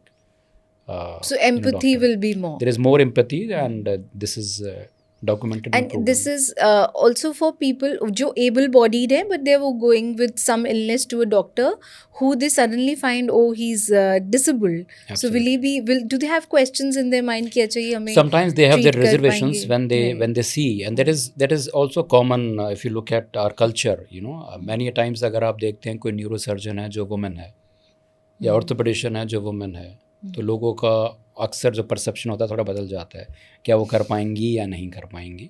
That is the same logic which is there, because people may have their reservations, but there is no excuse for competence, or if you know that the person is an expert in their field, then you would agree that you are in a safe hand or good hands. तो वो जो word of mouth है वो बड़ा important होता है. जो सबसे बड़े हिंदुस्तान के ऑन्कोलॉजिस्ट हैं, doctor Suresh Advani, is a wheelchair user, जो टाटा कैंसर में उन्होंने ही हिंदुस्तान का बोन मैरो ट्रांसप्लांट प्रोग्राम बनाया है. तो अगर आप उनकी व्हील चेयर को देखकर अपना डिसीजन लेंगे तो of course that would be bad decision. So you need to see the competence of the person rather than the assistive devices they are using. So this is a cultural thing also, a lot in It does. India. Also a lack of awareness. Yes. कि बहुत अब if we move beyond big cities, like ठीक है, big cities में तो हमने बात कर ली, कुछ कैंपेन भी चला दिया, कहीं पे रैम्प्स भी आ गए हैं, अब मेट्रो स्टेशंस हैं या एयरपोर्ट है, but what about areas which where you do not even have common facilities for normal able bodied people. तो वहाँ पे कितना मुश्किल है, और ये even also attitude towards a person जो नहीं है एबल बॉडी. इसका काफ़ी बड़ा कारण जो है वो ये है कि विजिबिलिटी कम है. क्योंकि जब हम, अगर आप एक कॉमन सा एग्जांपल मैं आपको दूं कि अगर हम व्हील चेयर को देखते हैं तो पहला हमारे दिमाग में क्या आता है? हमारे दिमाग में आता है कि this is something which is negative thing. और ये नेगेटिव कनोटेशन क्यों आता है? क्योंकि अक्सर हम देखते हैं कि जो पेशेंट्स होते हैं वो व्हील चेयर यूज़ करते हैं. Right. लेकिन अगर आप पैरालंपिक्स की बात करें तो वही व्हील चेयर यूज़र्स जो होते हैं वो गोल्ड मेडल ला रहे हैं हिंदुस्तान के लिए. तो आपको ये देखना है. और बहुत सारे डॉक्टर्स हमारे यहाँ इंडिया में हैं जो स्टैंडिंग व्हील चेयर यूज़ करते हैं, कि व्हील चेयर पर आप खड़े हो सकते हो, and they are surgeons, they are doing surgery every day. लेकिन द थिंग इज़ दैट आपने उनको कभी देखा नहीं है, उनकी विजिबिलिटी मीडिया में नहीं है. तो इसलिए जो आपका परसेप्शन होता है, आपका परसेप्शन वही होता है जो आपको दिखता है कि that if you are in a wheelchair it is a sign of weakness. लेकिन मेरा सवाल है कि अगर आप पैरालंपिक्स को देखें तो the same wheelchair becomes a symbol of empowerment. तो it is all about the mindset. तो जैसे आपने बहुत इम्पोर्टेंट, मैं ये पूछने ही वाली थी but it just came in a conversation, para athletes को लेके, क्योंकि अभी para athletes are much at par with other sports persons and they also paid similar, this is the same I think, and बहुत अच्छा representation है अभी उनका, and they are also doing very well. So many medals India has got, all para athletes, shooters and all of them. तो ये can this help change the attitude people have for? It should इसको change करना चाहिए, लेकिन अगर हम बात करें कि ये सारे जो पैरा एथलीट हैं जो मेडल्स लाते हैं वो हिंदुस्तान के बाहर जितने भी इवेंट्स होते हैं वहाँ पर लेकर आते हैं. The thing is that if they are participating in an event, क्योंकि इंडिया भी क्लेम करना चाहता है कि इंडिया में पैरालंपिक्स हों, बट द थिंग इज़ अगर हम भारत की राजधानी को ही अभी तक एक्सेसिबल नहीं बना पाए हैं, क्योंकि दिल्ली का आप एग्जांपल देखें तो दिल्ली में अभी आपको कोई भी आप प्राइवेट कैब देख लीजिए, क्या आपने कभी देखा है कि कोई मॉडिफाइड व्हील चेयर यूज़र्स के लिए कोई कैब होगी? जब हम हमारे पास जब दिल्ली में ये लोग आते हैं नेशनल अवार्ड लेने के लिए राष्ट्रपति से, दे स्ट्रगल विद अकोमोडेशन कि उनको रुकवाएंगे कहाँ, दे स्ट्रगल विद ट्रांसपोर्ट कि एयरपोर्ट से बाहर जाने के लिए कहाँ कहाँ उनको एक्सेसिबल ट्रांसपोर्ट मिलेगा. जब आप बाहर कंट्रीज़ में जाते हैं तो उनके पास पूरी की पूरी एक्सेसिबल वैन आती है, they move independently, but we fail to see. So this is a systemic issue. जब तक हम places को सुगम्य नहीं बनाएंगे, we won't be able to achieve the utopian idea of a very inclusive world. तो ये इशू आई मीन क्योंकि वो भी बहुत सारे जो ये प्लेयर्स हैं they are also coming from rural, they are not from the big metro cities most of them. वहाँ पे now they have somebody who's winning a gold medal internationally or Correct. तो वो चेंज डू यू थिंक वहाँ पे कहीं पे दिख रहा है, अभी आ रहा है या नहीं? अभी भी अगर हम आंकड़ों की बात करें तो इंडिया में जो 69.9 नियरली 70% जो लोग हैं डिसेबल कम्युनिटी के वो गाँव में रहते हैं, रूरल एरियाज़ में रहते हैं. Most disable people. Yes. And अगर हम एक्सेसिबल इंडिया कैंपेन की बात करें तो ये Tier 1 Tier 2 सिटीज़ के लिए है. This does not apply to villages, right? So that is the problem. But हमारे स्टिल जो इंडियन कल्चर में ये है कि we are largely a helping community. अगर आप गांव में भी देखें कोई किसी फैमिली में कोई है जिसको डिसेबिलिटी है तो पूरा गांव उसकी मदद करने को तैयार होता है. They may not be having wheelchair, लेकिन वहाँ दूसरे जुगाड़ सिस्टम आपको मिलेंगे. उत्तराखंड के गाँव में अगर आप देखिए तो वहाँ डोली सिस्टम यूज़ करते हैं ताकि जिसमें वो आपको पहाड़ी पर लेकर जाएं, जो हमने इलेक्शंस में भी देखा था. तो वहाँ अलग अलग तरीके के जुगाड़ होते हैं. हिंदुस्तान में दिल्ली का आप एग्जांपल देखिए, आपको कोई कैब तो नहीं मिलेगी जो कि एक्सेसिबल हो. True. लेकिन आप देखेंगे कि लोगों ने अपने व्हीकल्स को, 2 व्हीलर्स को 2 पहिए लगा के मॉडिफाई किया है. क्या ये रिस्पॉन्सिबिलिटी हमारी सरकार की नहीं है कि वो एक्सेसिबल ट्रांसपोर्ट को बढ़ावा दें, या जो 2 व्हीलर्स हैं या 3 व्हीलर्स हैं, 4 व्हीलर्स हैं. करंटली अगर आप कारों की भी बात करें तो गवर्नमेंट कार्स को मॉडिफाई नहीं करती है. मैं आपके शो में आज आया हूँ क्योंकि मैं एक मॉडिफाई कार को अपने हैंड कंट्रोल से यूज़ करता हूँ. इस हैंड कंट्रोल को मैंने अपने खर्चे पे बाहर से लगाया, विदेश में. नो गवर्नमेंट नहीं, इंडिया में लगाया. अच्छा, ओके. एंड जिसने लगाया है he himself is a wheelchair user. फिर आप देखते हैं ऑप्टिक्स के बाद कि अगर कोई पैरालंपियन बाहर से गोल्ड मेडल लेकर आता है तो एक बड़े प्रोमिनेंट इंडस्ट्रियलिस्ट हैं जो बोलते हैं कि मैं उनको एक बड़ी फैंसी सी wheelchair user hi fi car दूंगा. लेकिन मेरा सवाल ये है कि अगर आप दिल्ली के रोड पर आप देखते हो कि जोमेटो का एक ड्राइवर जो अपनी कार के 2 व्हीलर के पीछे 2 पहिए लगा के चल रहा है, which is very risky because these all are jugaad systems. He is risking his life, but he is doing his work. Why? Because for independent living.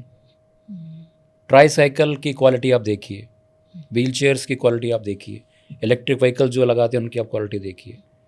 तो we have time, luxury and money and motivation for big cars and big things. But what about the common individuals who are homeless, who are working on roads, जिनको इन चीज़ों की ज़रूरत है? क्या ये बहुत पहले एक कार एजेंसी है जो कार मॉडिफाई करती थी long time back, but now it has been stopped. और उसके बाद अभी what government has done is that they have imposed tax on our body parts. अगर मैं कैलिपर लेता हूँ, मैं अगर कार लेता हूँ तो it is not 0% GST. We have to pay GST on our assistive devices. And it's high. और जो गोल्ड मेडल लेकर आते हैं अपने आर्टिफिशियल प्रोस्थेटिक्स पे, they are very costly, lakhs में होते हैं वो, but there is no subsidy for them. But we expect that they win medal for our country, but the country will not do anything for you. That's a very sad scenario. तो वो इतने महंगे ये जो prosthetics use करते हैं जो I mean they are very costly. जितने भी चाहे आप ऑर्थोसिस की बात करो, प्रोस्थेसिस, ये सब बाहर से आते हैं और इन सब पे टैक्स लगता है. And they have to India buy में on their own. All और around. इंडिया में देयर इज़ ये मैं इस बात को नहीं मानूंगा कि हिंदुस्तान में आइडियाज़ की कमी है, हिंदुस्तान में इंजीनियर्स की कमी है. We have the best minds in the country. Who are all going out. But the thing is, yes, even if they are in India, why they are not involved by the appropriate ministries for this? So it's in the structure कि उसके लिए उतनी बात या उतना effort ही नहीं हो रहा है. Structure and also poor quality are usually being given. जो हमारी गवर्नमेंट जो वर्ल्ड रिकॉर्ड्स बनाती है, इट्स वेरी एम्बैरसिंग टू से, लेकिन हम अक्सर देखते हैं कि सरकार वर्ल्ड रिकॉर्ड्स बनाती है कि हमने इतने सारे व्हील चेयर दिए, हमने इतने सारे हीयरिंग एड दिए, हमने इतने सारे बैसाखी बांटी. द थिंग इज़ दैट सिर्फ जो 2025 में जो यूथ विद डिसेबिलिटी है वो आपकी व्हील चेयर और हीयरिंग एड पर डिपेंडेंट नहीं है. They are doctors, they are engineers, they are working brilliantly. तो हम कब ऊपर उठेंगे ये सोच के कि ये सिर्फ भीख मांगने के लिए हैं, या इनकी कार इनका 2 व्हीलर मॉडिफाई कर दो ताकि अखबार बांट ले, दूध बांट ले. तो अगर हमारा थिंकिंग ही इतना छोटा है तो हम बड़े बड़े आइडियाज़ कहाँ से लाएंगे? So we lack the vision also for We lack the for vision. people. Where are the political leaders with disability? ये नया क्वेश्चन जो मैं पूछना चाहूँगा Very important. कि अगर आप पार्लियामेंट की बात करें, हमारी नई पार्लियामेंट का मैं आपको एग्जांपल देता हूँ, क्या वो एक्सेसिबल है? इंडियाज़ न्यू पार्लियामेंट, इंडिया का जो बड़ा स्मैशिंग भारत मंडपम Very है, grand. are these Yes. accessible? These are not accessible. I have visited the Bharat Mandapam the last time. I saw And your. it is shocking. Yeah. तो अगर parliament में ही, और हम एक स्टेट के चीफ मिनिस्टर बोलते हैं कि वो पार्लियामेंट नहीं जा पाए because he acquired disability, he become a wheelchair user later on. तो जब वो लेजिस्लेटिव असेंबली में नहीं जा पाए क्योंकि वहाँ सीढ़ी आती, ही stormed out of the parliament legislative assembly कि this is not for disable people. जब हमारे रूल मेकर, कानून बनाने वाले लीडर्स ही ऐसा कहेंगे तो how can you see that the change will happen in the parliament? That's Rajya Sabha true. में आप Yeah. देखिए जो माननीय हमारे राष्ट्रपति हैं वो नॉमिनेट करते हैं डॉक्टर्स को, आर्टिस्ट को, क्रिकेटर्स को, इवन फिल्म स्टार्स. उन प्रोमिनेंट फिल्म स्टार्स और क्रिकेटर्स जो कि आइकन्स हैं हिंदुस्तान में, उनका आप देखिए उन्होंने कितनी बार पार्लियामेंट, राज्यसभा की प्रोसीडिंग्स अटेंड की हैं. Only a few faces. और जो मेरा सवाल है prominent कि इन्हीं प्रोफेशंस में क्या पूरे हिंदुस्तान में कोई डॉक्टर विद डिसेबिलिटी नहीं है? क्या पूरे हिंदुस्तान में कोई परफॉर्मर विद डिसेबिलिटी नहीं है, म्यूजिशियन विद डिसेबिलिटी नहीं है? तो इन लोगों को आप क्यों नहीं नॉमिनेट किया जा रहा पार्लियामेंट में? क्योंकि ये आवाज़ बनकर पॉलिसीज़ को चेंज कर सकते हैं, लेकिन there is no political representation of these people. जहाँ से एटलीस्ट एक शुरुआत हो सकती है करने की. बिल्कुल. तो ये बहुत बड़ा इशू है. और आप इसमें भी are you taking part in involve? क्योंकि मैंने आपका भारत मंडपम वाला पोस्ट देखा था and it became a story, वो पब्लिश भी हुआ था कई Times of न्यूज़पेपर्स में, Yes. Right? Where you said कि इतना ग्रैंड भारत मंडपम बनाया है, it's so huge, but there is no access for so people. That's the problem. अगर भारत की राजधानी में एक हम एक्सेसिबल जगह नहीं दे सकते, that shows the lack of vision, not will power. पैसे की कमी नहीं है, विल पावर की कमी नहीं है, बट जिन लोगों को होना चाहिए डिसीजन मेकिंग प्रोसेस में, उनको या तो पता नहीं है और नाइदर दे आर कीन इन इन्वॉल्विंग दोज वॉइसेस. इसमें जैसे आप ड्राफ्ट गाइडलाइंस की बात हो रही थी for students who want to study medicine, तो ये जो पहली लड़ाई है जिसमें आप पैनल में ही लाने रिप्रेजेंटेशन के लिए, जिसमें they are not allowing people with disabilities to represent the commission, तो वहाँ से शुरू हो रहा है. Then how do you think, how far ये कैसे आगे जाएगा? हाउ फार सो आगे लेकर जाएंगे ये लोग जिन्होंने अपना हक पाने के लिए सुप्रीम कोर्ट तक की लड़ाई लड़ी है. मेरी जो आशाएं हैं, जो फ्यूचर है हिंदुस्तान का, ब्राइट फ्यूचर, अगर वो इंक्लूसिव बनेगा, विकसित भारत बनेगा, तो ये बनेगा ओम राठौड़ जैसे लोगों की वजह से, ये बनेगा अनमोल की वजह से, कबीर पहाड़िया जैसे लोगों की वजह से, जिन्होंने हार नहीं मानी और सिस्टम्स को चैलेंज किया, और ऑल द वे वो गए सुप्रीम कोर्ट के पास. तो कोर्ट से हमें बड़ी आशाएं हैं क्योंकि अल्टीमेटली कोर्ट से ही हमें न्याय मिलता है. बट उस न्याय के लिए भी बहुत सारे, अगर आपने अभी एक्सेसिबिलिटी के बाद के गाइडलाइंस के बारे में, तो ये राजीव रतूरी का केस है जो सुप्रीम कोर्ट में 1990 से चल रहा है। अच्छा। और अब उन्होंने बोला है कि जो एक्सेसिबिलिटी के स्टैंडर्ड्स हैं वो नॉन नेगोशिएबल होने चाहिए। कहने का मतलब, अगर पार्लियामेंट में वो फीचर्स नहीं लग रहे हैं तो आपको कंप्लीशन सर्टिफिकेट ही नहीं मिलेगा। तो 3 बिल्डिंग्स के नाम तो मैं वो जानता हूँ जिनको इनॉग्रेट हमारे माननीय प्रधानमंत्री जी ने कहा किया था, जो कि सुगम्य नहीं है, और उन्होंने ही सुगम्य भारत अभियान का नारा दिया हुआ है। तो एक छोटी सी चीज़ है जो चेंज कर सकती है माइंडसेट की। हमारे जो भी चीफ गेस्ट हैं, हमारे बड़े बड़े लोग जो आते हैं फीता काटने, अगर वो एक हैबिट बना लें कि वो सिर्फ एक रैम्ड पाथवे ही यूज़ करेंगे फॉर इनॉग्रेशन, तो उनको लगेगा कि वो कहीं जाके इनॉग्रेट कर ही नहीं पाएंगे, क्योंकि 99% बिल्डिंग सुगम्य नहीं है। लेकिन अगर वो बोलेंगे कि I will only use the ramped access, तो जो ऑर्गेनाइजर्स हैं ये उनकी जिम्मेदारी बनेगी कि वो उसको सुगम्य बनाएंगे। ये इन सब के लिए इतना इम्पोर्टेंट क्यों नहीं है? Why isn't it so important for them to to make it a point?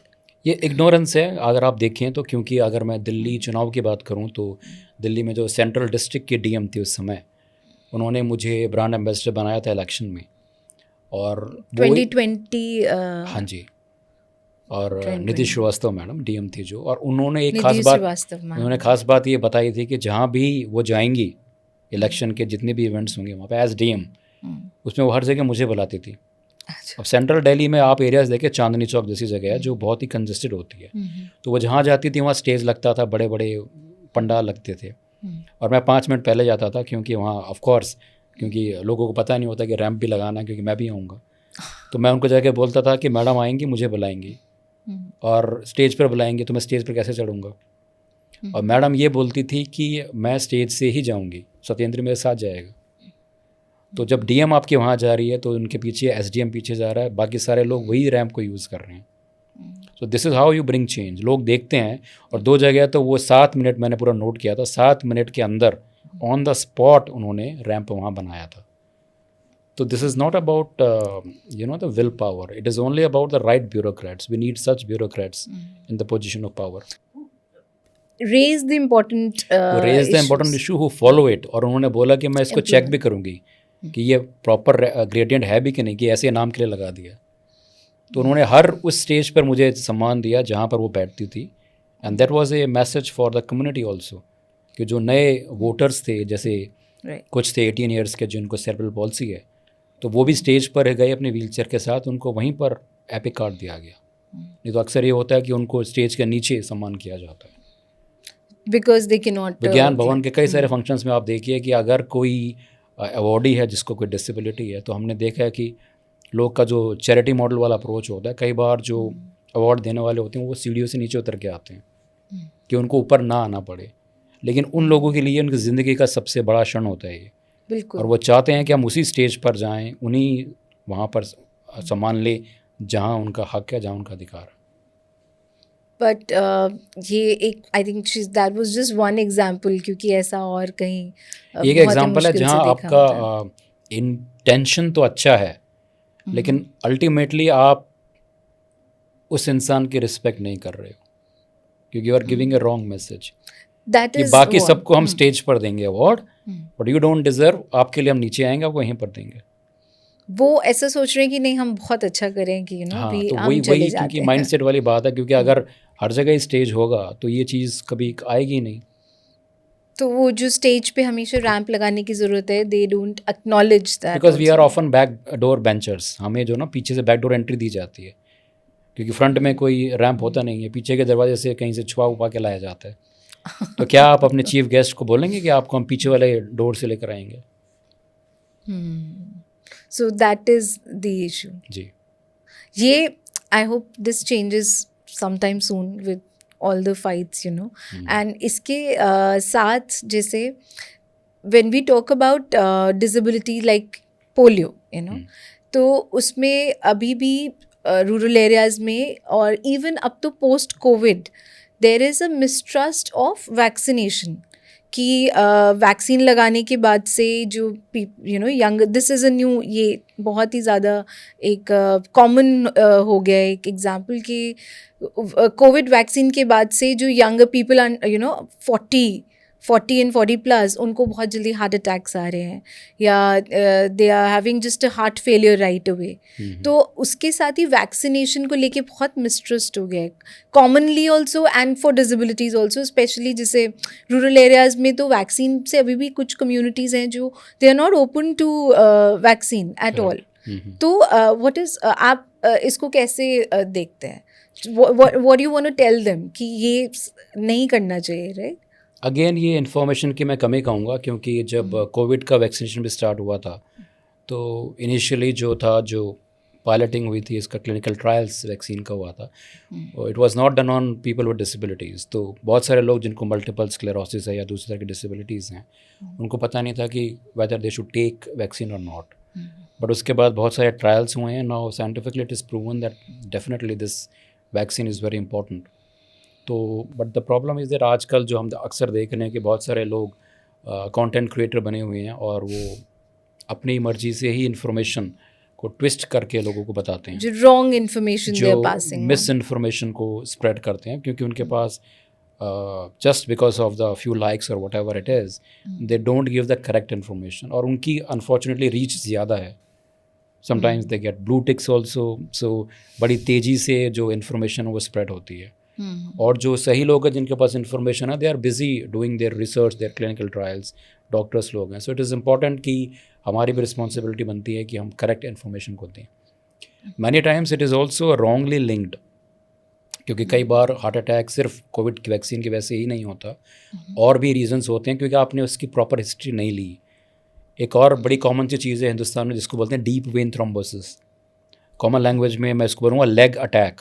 Leg attack heart attack जैसा ही होता है. इसमें जो खून का थक्का होता है आपके पैरों में, अगर आप बहुत देर से बैठे हुए हो, रेगुलर वॉक वगैरह नहीं करते, तो कई बार वो डिसलॉज होकर आपके हार्ट में या ब्रेन में चले जाता है, which can lead to sudden death also.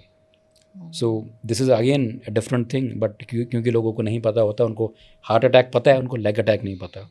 तो what we need is that जो मेडिकल डॉक्टर्स भी हैं वो कॉम्प्लेक्स लैंग्वेज और कॉम्प्लेक्स जो केसेस होते हैं उनको सिंप्लीफाई करके लोगों को बताएं कि क्या क्या चीज़ें हो सकती हैं जिससे कि वो इन सब चीज़ों को प्रिवेंट कर सकते हैं. सो it is all about information and awareness. So this is about right information reaching the right, places. Right information also, people should view the trusted sources also.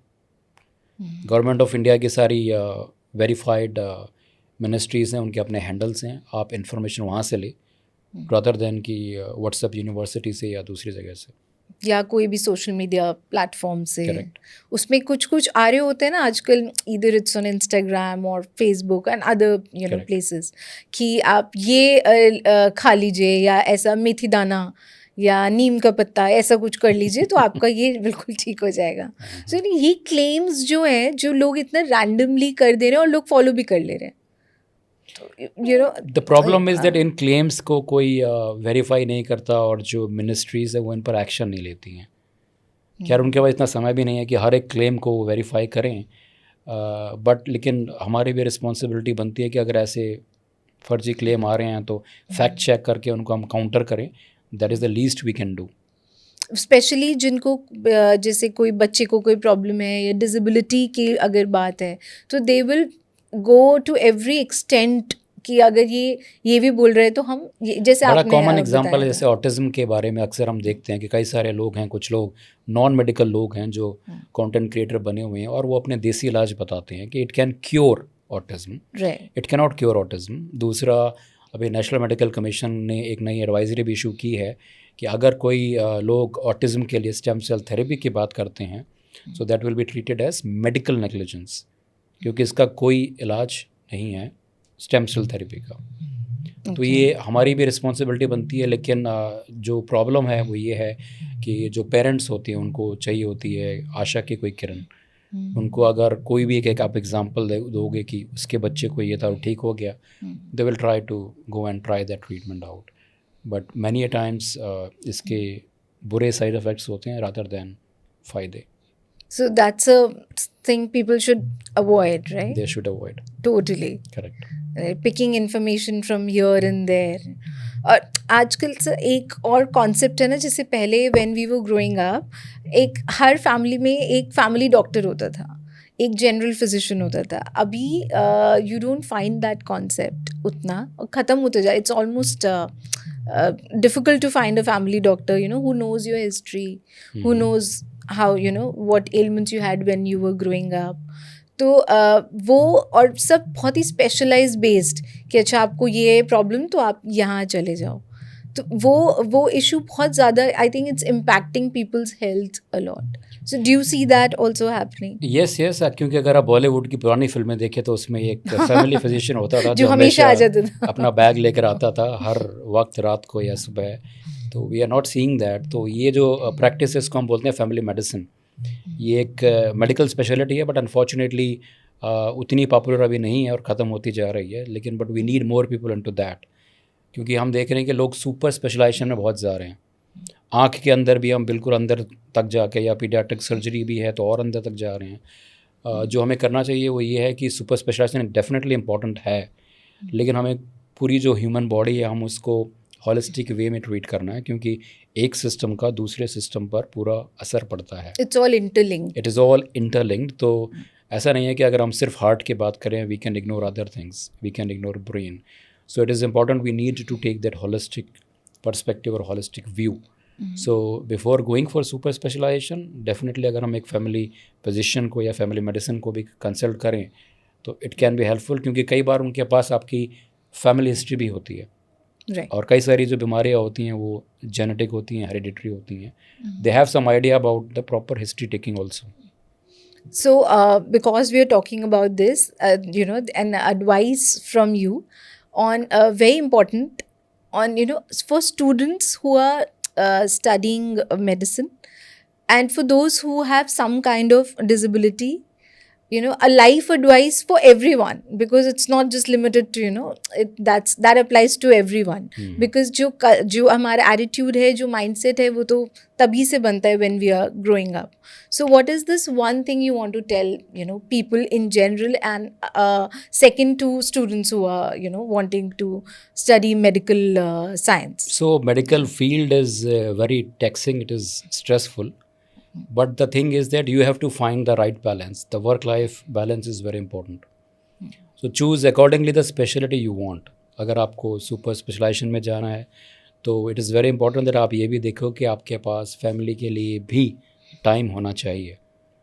Because ultimately अगर आप पैसे भी कमा रहे हैं तो उन पैसों को अगर आप अपनी फैमिली पर ना यूज़ कर पाए, खुद पे ना यूज़ कर पाएँ, तो उसका कोई फ़ायदा नहीं है. That happens a lot these days. We see everybody is running and बिल्कुल. mental So, health issues. take a pause, Yeah. because mental health has become an epidemic. So we are, you know, too ambitious. Ambitious होना अच्छी बात है, लेकिन आपको practical होकर भी देखना है कि what is your limit, आपकी लिमिट कितनी है, and most importantly whether you are surrounded by people, your family, and you can give them the requisite time or not. तो ये बहुत ज़रूरी चीज़ है कि आप उनको भी टाइम दें, because ultimately family is more important, your work life balance is more important. And for you know, for students who are I mean studying, who people, you know, who are with some kind of disability or mental disabilities, learning disabilities, not just physical disabilities, how to grow out from that and maybe become a revolutionary like you or at least to fight it, you know, till the point where you can. Yeah, so Not just give I up would and very give humbly away. disagree that I am a revolutionary. You are. Because you know, many a times people call me a reformer. क्रांतिकारी बोलते हैं आपको sir. क्रांति, whatever. जी, क्रांति जो आप इस world में लाए, it's very important. Yeah, so very often people call me reformer, but I would humbly disagree that, you know, I am more of a reimaginator. Because I am not asking for only seat at the table, but what I want is that, you know, we should ask for redesigning the table itself. So only equal opportunities will not help, but what we need is an inclusive society as well. So if there are people with disability or students with disabilities, what we want is that, you know, so many times people call me a reformer, but I humbly disagree, because I am more of a reimaginator. because I'm not asking for only a seat at the table, but we are demanding reimagining the table itself. So it is important that we ask the right questions and we ask our policymakers that involve us, because nothing about us without us. For students with disabilities मैं उनको वही कहूँगा जो मैंने सीखा, but काफ़ी देर बाद सीखा. Always look for role models, your role models with disabilities, and embrace your identity as a person with disability. This is not something you should shy away from. This is your strength. This is your strength. Because this is the power of perseverance which I have got because of my disability. By facing discrimination and encountering various barriers, it has given me what I am, that power which I hold right now as a person with disability. So do not shy away from your identity, embrace it. आपके सिवा आप ऐसे कोई real life examples बता सकते हैं please from world over, you know, who you want to tell that, you know, this is the role model that one can follow, you know, these few who you have also followed, people who have lived with some kind of disability but they've still, you know, gone on to just make it their strength. Like I remember everybody talks about Beethoven, this famous legendary musician who could not hear and he made music. आपने जैसे बताया the international award, the person Henry Viscardi. right. Yeah. So you know, like that. So one person, or in India, who have, you know, made disability their strength. India में ढूंढ रहा हूँ मैं कौन आपके सिवा जो है उनके फिर अपने under hidden agendas and all of that है. okay. So Okay, that's then again, तो वही मैं still okay, thinking. internationally I think Helen Keller was one, Yes, right? but long time back. Long time back. Yeah. Do we have any recent examples? Individual लोग आते रहते हैं. जैसे there is recently I posted about world's first lawyer who has Down syndrome with intellectual disability. Okay. I'm forgetting And her he's a complete lawyer. name. She has become a lawyer, the first lawyer globally. Okay. So there are many such people. So we do have role models. Many. They have to search. That's what I said. You have to find role models specifically to your field or your disability, and you will find them. I just want to thank you for very valuable insights into life and our, you know, the place, the surroundings that we live in, and we were so happy to host you. I hope you also enjoyed the conversation. Thank you so much. Thank you so much.